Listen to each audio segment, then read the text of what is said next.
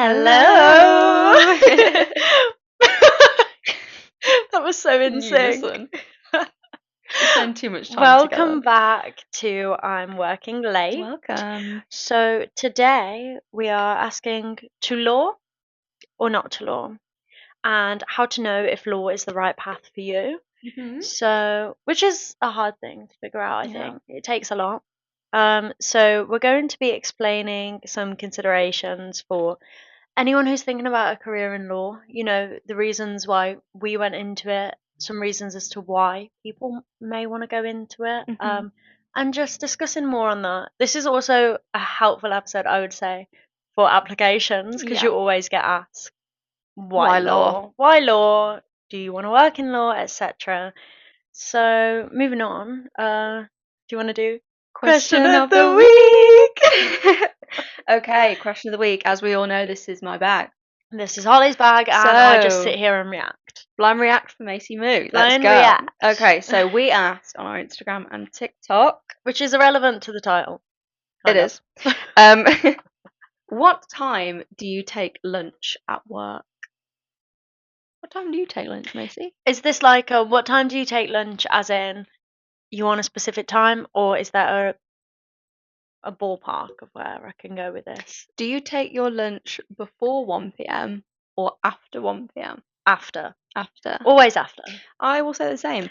Always I'm after. Who wants to take it before 1 p.m.? Because if you start at 9. Well, 24% of people said 1 p.m. our survey says.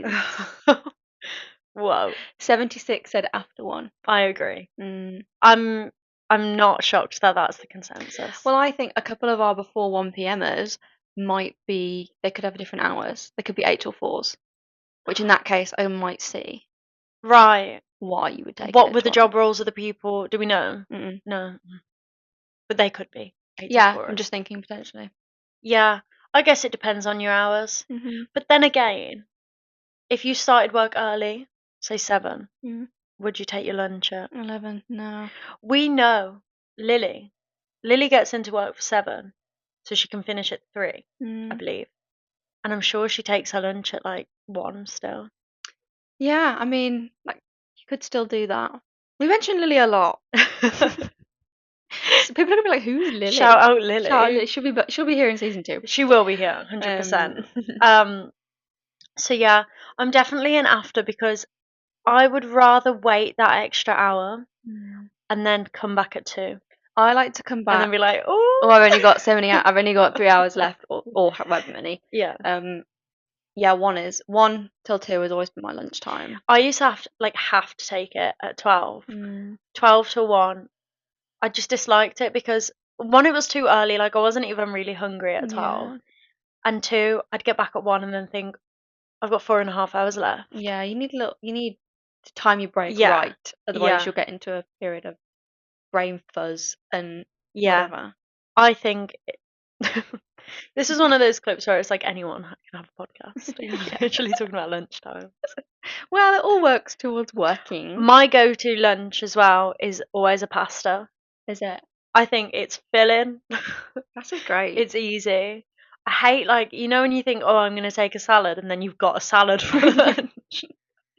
I get that. You're like, why did I do this to myself? Why did I choose that? Oh, my lunches are so questionable. I'm not even going to go into it. Because I was vegan for a little while. Mm. I was vegan for 6 months. I'm still a proud vegetarian. Pescatarian, but I don't really eat fish. Pescatarian Monday through Friday, fruitarian Tuesday to Wednesday, and what's the last thing she says? You can't say that. I don't think. Can't remember what it is. Right, it's from Wild Child. If you wanna, yeah, if you know the reference. Maybe Anyway, I'm thinking of the wrong thing. But yeah, I was like vegan for a little while, for around 6 months, and then I just wasn't getting the nutrients that I needed because I didn't know how to do it right. But my lunches used to be so like awful as a vegan. Really? But it was again because I didn't know what I needed. But I used to religiously eat hummus and falafels, and now to this day, like I cannot eat a falafel because it just makes me like the smell of a falafel. If I have a falafel in my mouth, like it pains me to chew and swallow. Like it's honestly, the worst because I used to eat it every single day for 6 months straight for my lunch. Yeah. Because It'll do that to you. I've got pasta and I can't even have pesto. OD'd on falafel. Huh? I said OD'd on falafel. Yeah, I did. Why couldn't you have pesto? What's in pesto that's Is not it pesto vegan? or is it parmesan? Oh, there's parmesan in pesto. Oh, right. And parmesan has Animal bone marrow. It's also cheese. There is that. It's not just the bone marrow. You're not supposed to have parmesan as a veggie either. For that reason. I see. It's like the same sort of. I'm not saying that gelatin's in parmesan, but like think of with sweets, Haribos. They'll be like beef or pork gelatin in or whatnot. Yeah, ew. Anyway, moving on. We kind of digressed then. Again, that was our question of the week. So yeah, that was a quick question of the week, but it was a good one. It was a good one, and let us know if you have any rogue lunch times, like if you take them at like 4 p.m. so you don't have to go back to work. Or do you just not have a lunch break? Are you too busy that you just work through, even though that's illegal? Shouldn't do that every day. I know you've done that a few times. I have. Definitely. Not proud of it. No. And it's not encouraged. It's not encouraged. We're not I do it anyway sometimes. So I guess we move on to the question, what draws you to law? Okay, myself, what drew me into law was, so I did law at A-level, and by chance I started off with religious studies actually. Really? I know, rogue for me. Is it? Well, actually no, it's really not. If you know Holly, it's not. If you know me, it's not rogue. But it was more philosophical, and I didn't really vibe with that. So I was like, you know what, let me drop it and let me see what else I can take. I actually wanted to take English, but it clashed with my other ones. So what was left was law, and I was like, you know what, I'm sure it's interesting. Sort of fell into that, and then I not to be a nerd, but I absolutely loved it. Not to be a nerd, guys, but so I felt like I really found my niche, and then from there I found it so interesting. I felt like I don't feel like I was good at it, like I just was good at it. She didn't just feel it. She was. She got an award. No, really? I don't want to. Yeah, I did. Oh, okay. Thank you. So I really just felt like it was my calling. Yeah. I know it sounds a bit strange, but yeah. I guess I kind of fell into it as well in the sense of I didn't do it at A-level. I did English language, so I did the English for you. Thank you. I really enjoyed that actually. I did English language and double business. I was business girly. And then I wasn't going to uni. We told this in the first episode. I wasn't going to uni. I fell into it and ended up going to uni and doing law because I thought, I can do a lot with this. But when I started it, I just thought, wow. And I've always said that I'm quite political, guys. in the sense of politics. In the sense of I'm interested in politics and diplomacy and things like that. So me not so much. Yeah, you not so much, but I've always said I would love to end up working in the UN, and I think being a lawyer is a good gateway into the UN. Yeah. And I think if I do want to fulfill that goal, this is kind of a stepping stone that I can get to get there. You've always said that. Yeah. So I guess my long-term goal is the UN. Yeah. And that's why law. Okay. Yeah. So leading on from that, why do we think, other than our reasons as to why, what's the generic consensus, do you think, as to why people go into law? I guess it's kind of, well, it was kind of like my reason, but the employability of it. I think, the employability of law, how fulfilling it might be. I say fulfilling, but I really mean it gives you bragging rights. Like as an 18-year-old, you think, what degree shall I do? I'm going to do a law degree, because you think you are so smart, like you are genuinely so smart to do that law degree. So I guess that, like, if you're someone who likes to be challenged intellectually as well, you would think law is something I want to do. I think a lot of people gravitate towards the whole passion for justice situation, whether it's true or not. I think there's a lot said about passion for justice, but I think there's so little on public law. Yeah. There's a huge private sector, yeah. The private sector, I think, is the main focus. When people are out there trying to get training contracts, it's private sector. Yeah. And the questions you get asked will be like, why commercial law? Why corporate law? Blah, blah, blah. commercial awareness, commercial awareness, commercial awareness. It's like, whoa, guys. And that Can we talk about the political state of the world right now? That can't always translate into passion for justice unless you're working in social purpose sectors, and I guess unless you're working, if you're in-house, for corporations that have that sort of vision and drive for more political, social aspects. But majority of the time, if you're working in the banking and finance sector for a private place, I love banking and finance. I suppose, can you really say passion for justice? Yeah, it's very difficult.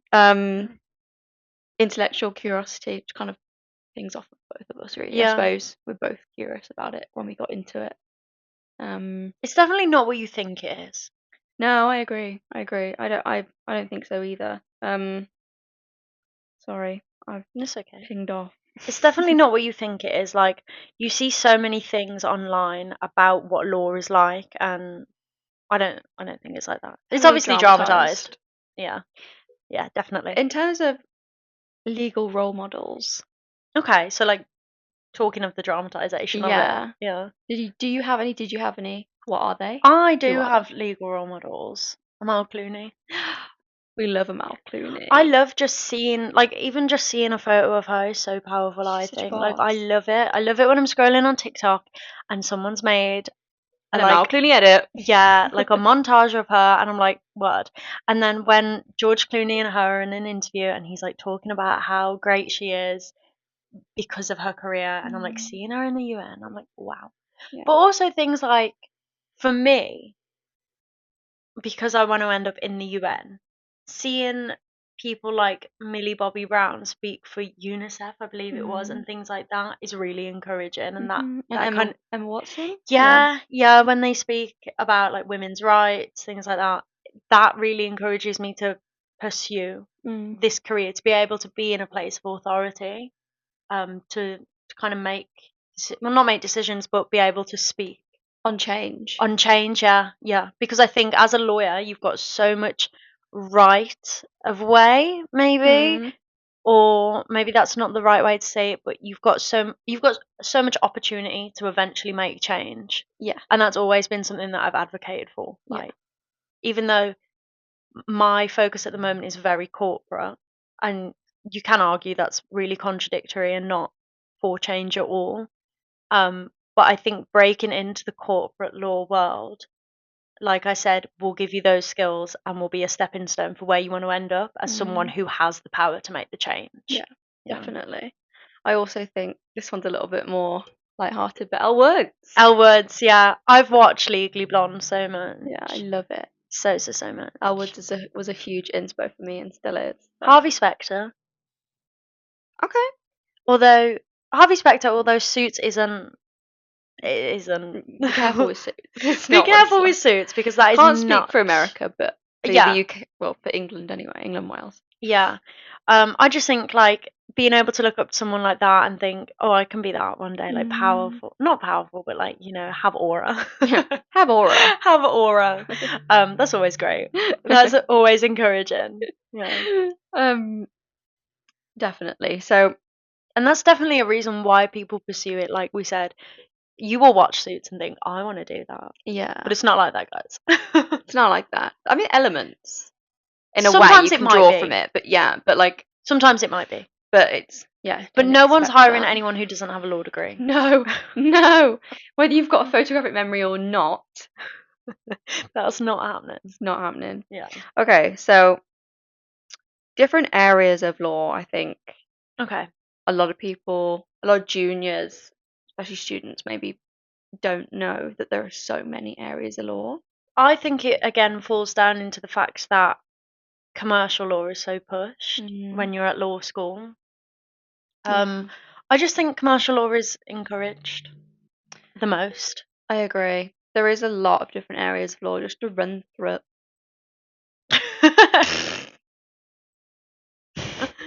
Anyway, just a run through. Just a run through. Rum drum.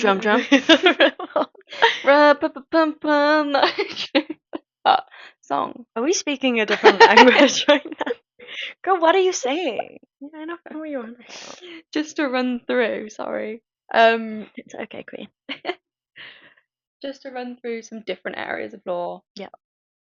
Planning law. Yeah. Who knew that was a thing? I didn't. Not for me, but charities.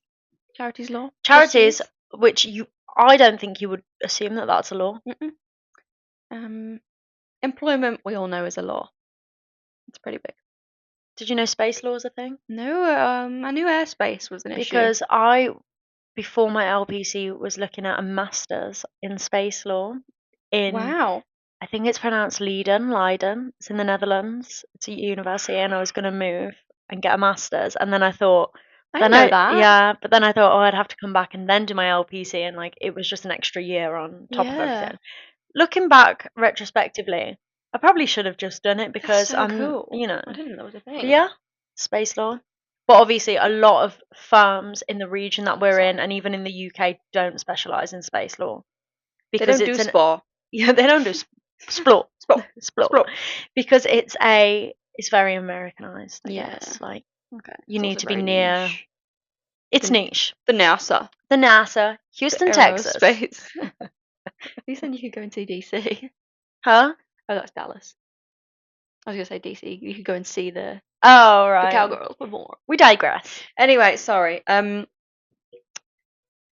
law. We said charities. What else we got? Medical negligence. That's obviously. I didn't know that was a thing. Okay. Yeah, I wasn't aware that was a thing until you and another girl on the LPC. She wanted to specialise in it, and I was like, didn't even know this was a thing. I like that one. Well, I like that one. I like that one. Yeah.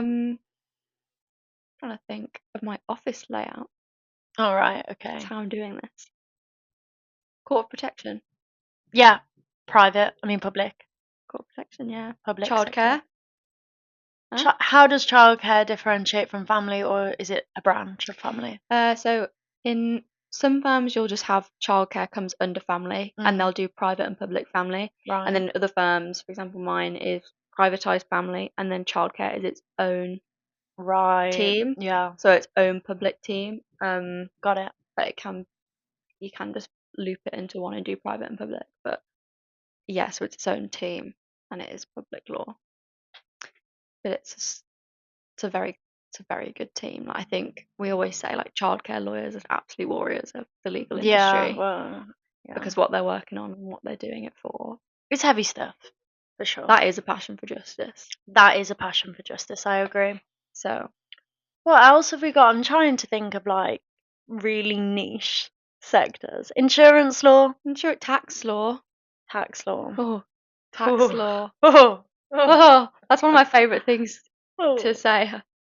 I'm not a tax lawyer. I mean, I'm not even a qualified lawyer yet, but like, don't do tax. Yeah. Don't push it on to me. No, I'm not a tax lawyer, please. I can work out your stamp duty. That's about it. Yeah. Costs law. Cost law. Yeah, there's costs lawyers who like COSTS. Yeah. What does that do? Where they do the costs for like taking people to court, like budgeting. Oh, really? And stuff like that. Didn't know that. Well, I had a costs lawyer in a firm I used to work at. Oh. Whether that was legit or not. Real estate? So maybe cost lawyer was like fictitious. an internal. Maybe it was like an internal role for that person. I don't know. Okay, a branch. Do you know what I mean? They do. Yeah, maybe. Okay. Maybe. Mm-hmm. Yeah, but in essence, you don't just have to go into criminal law. Public. I think a lot of people who don't do law, sometimes parents love them, can be guilty of this. It's criminal. If you're a lawyer, yeah, you can get me out of jail. It's criminal, and you're defending. If you tell someone that, like when we used to study law, if you told someone you were studying law, they're always messaging back saying, "Oh, so I can come to you if I'm in trouble." Yeah. No, you can't. I'm not. One, you couldn't anyway. Huge conflict of interest. Conflicted out. Huge ethic misconception. 2, I don't do criminal law.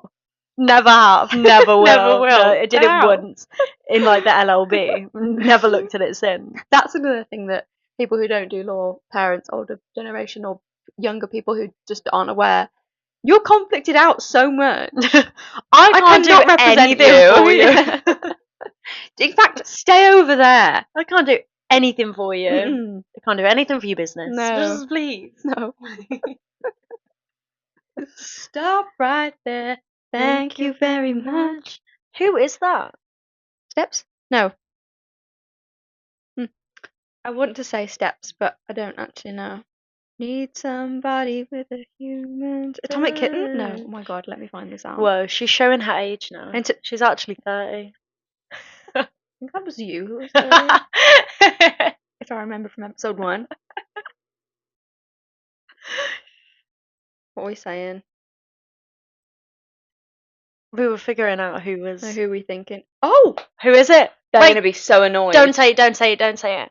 It's not right now. That's a cultural issue for me and you. Sugarbabes.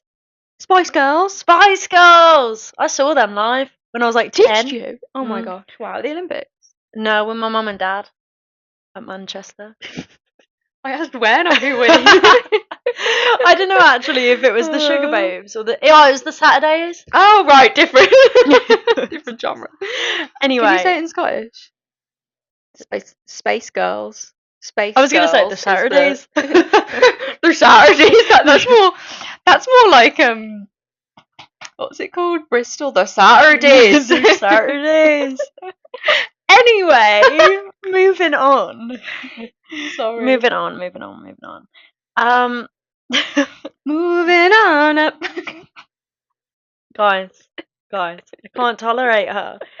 And talking about that, let's move on to resilience and adaptability. Resilience in law and being adaptable. What is the importance of resilience? I would say foundation. I would rank that as the highest thing that you need in law because the amount of rejections, the amount of no's that you're told, how difficult it is. If you're dealing with clients, like the first thing that you say to them isn't going to be what they want. There's back and forth. There's negotiations.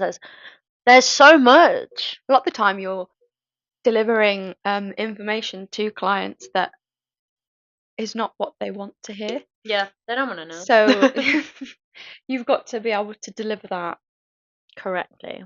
Yes. And deal with the. If you get any pushback. I'm so sorry about that. Sorry.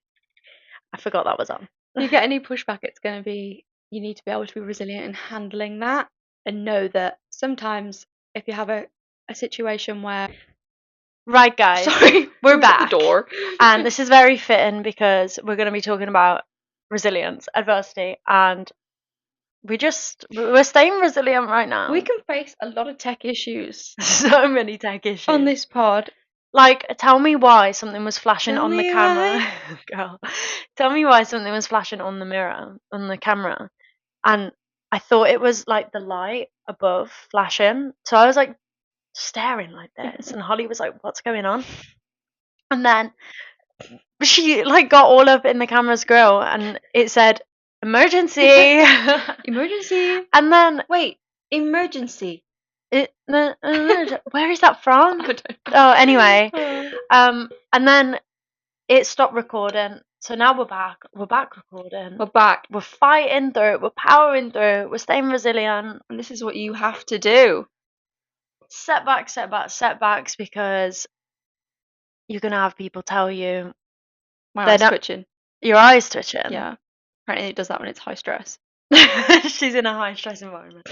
You're going to have people tell you that what the advice that you've given them isn't what they want to hear when you're dealing with clients. Mm-hmm. And you're going to have to figure that out. And you're going to have to speak to them in a way that isn't going to cause conflict, isn't going to increase tensions when they're already bothered about not having the result that they wanted. And you also have to know that it's not a personal attack. Yeah. It shouldn't be. Do not take it personally because something's not progressing in a way that they would like it to if it can't. Sometimes legally, it's not your fault either. Yeah. Sometimes you can't, you won't win, or you can't say, yes, this is going to happen because you're not allowed to do that. So it's okay. It's nothing personal as long as you're doing your job right. It's absolutely fine. Sometimes you won't win. Mm-hmm. That doesn't mean you didn't finish the race. What a beautiful closing statement. You still crossed the finish line. Just because you didn't come first. You still got a result. Yeah, I think maybe it wasn't hold the on top to that. contender, Yeah, but it was still a result, and it's still something to be proud of. definitely. And I think that's something that you do have to carry without your career, from studying. I can't speak from experience, but I'm assuming all the way up to partnership. We can ask a partner on that one. Yeah, we'll have to ask a partner about that. But this is definitely something that you have to carry with you. God, I don't know what I'm saying. Let's sign off. Let's sign off. Let's sign off. Well, I'll crop that bit. So let's go for, if you're working late, then you say it. What is it? Anyway, guys, if you're working late, keep going. If you're not working, we're proud of you. I'm trying to find it. And if you're working early birds, we see you. Early birds, we see you. I don't think it's on here, is it? Okay, I don't think it's on here. Anyway, guys, thanks for listening to this episode. Sorry it's been a little bit of a short one and a little bit sporadic. Yeah, a little bit. There's been gaps, surely, indefinitely, but it's okay. It's okay. We're book filming. It's okay. Don't worry about it, guys. So yeah, if you're working late, keep going. You got this. And if you're not working and you're looking for a job, we're proud of you. And if you're working early, we see you. We see you, early birds. We see you. Okay, bye guys. We'll see you next week. Bye. Goodbye. The way